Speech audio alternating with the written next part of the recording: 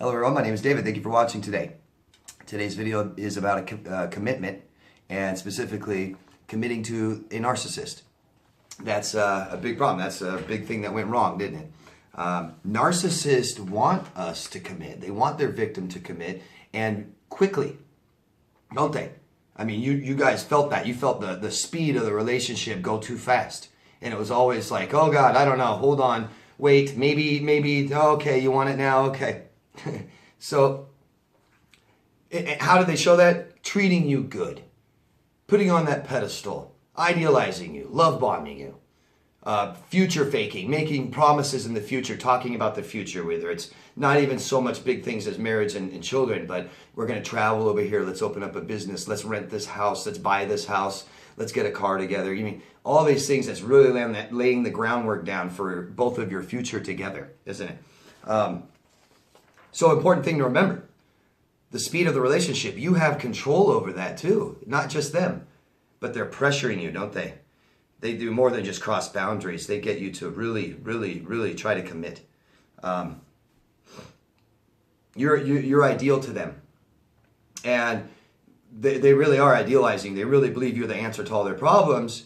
So that fear of loss and abandonment and stuff like that come into play pretty quickly. And so they get you to try to commit.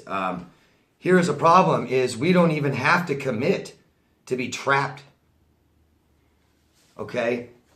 And what do I mean? Well, here's a fact.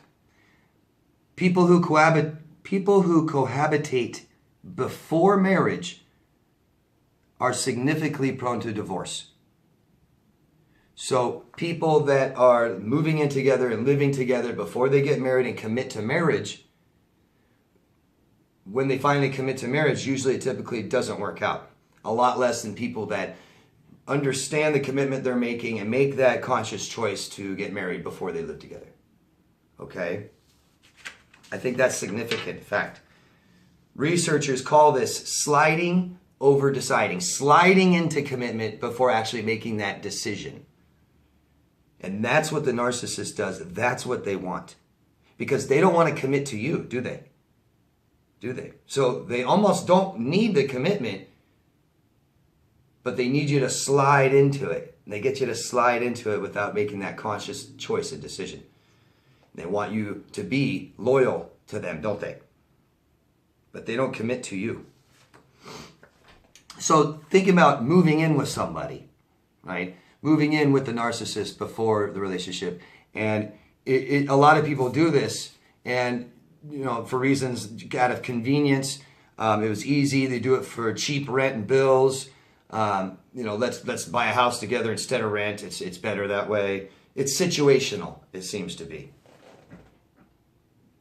So victims are unwillingly committing. That's the problem. Is we aren't being aware of what we are committing to, and we aren't even being aware that we are committing. So, ask yourself, what is commitment to you? Can you live with your partner without being committed? Can you live with your partner and be committed to them without them being committed to you? Very often question asked in a relationship is when? When are you going to commit? When will you commit? Commitment's a big deal. Shouldn't be taken lightly. I talk about reciprocation all the time in a relationship. And we have to really commit to make that conscious choice and decision. We need our partner to commit as well. Social psychology suggests that commitment, this is what commitment is, they said, and I like this, that's why I'm saying it. Social psychology suggests that commitment is the experience of being psychologically attached to something and intending it to continue. And that's really important. So if we become psychologically attached and then experience psychological trauma and then no closure to that relationship, boom, ends there with somebody else. And here we are. Traumatic. Traumatic. We don't know what happened. We don't know why. Tons and tons of questions. So our fault was not to commit. We need to commit to things. Committing is not bad. Committing is good. Commitment to anything is trying. Without it, there's no progress. You cannot have progress unless you try, right? And that's committing.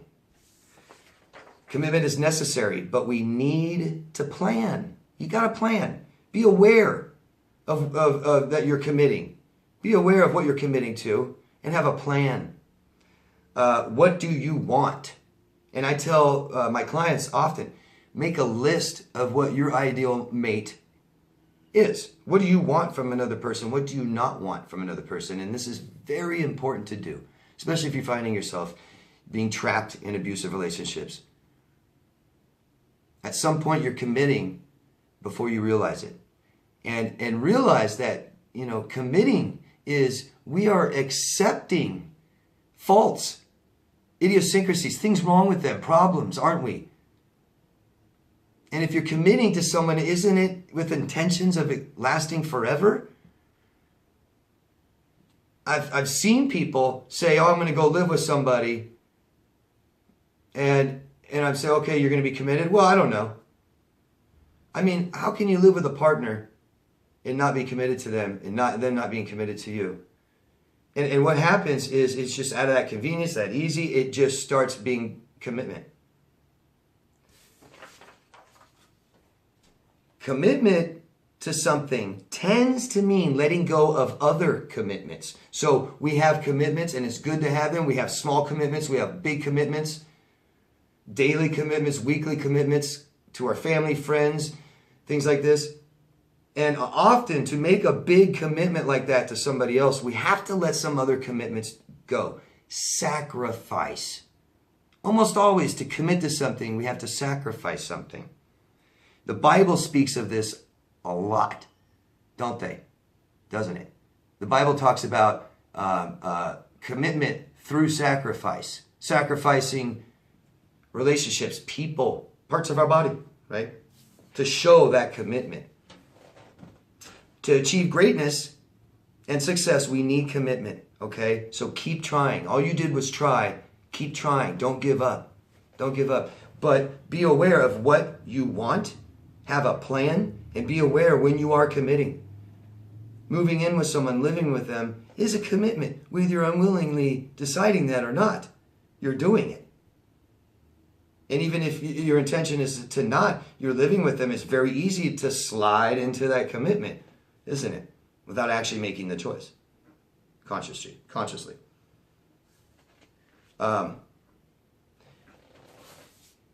This is a big deal. And when you're committing to someone, you're not just accepting things about them, you're giving yourself to another person, aren't you? And,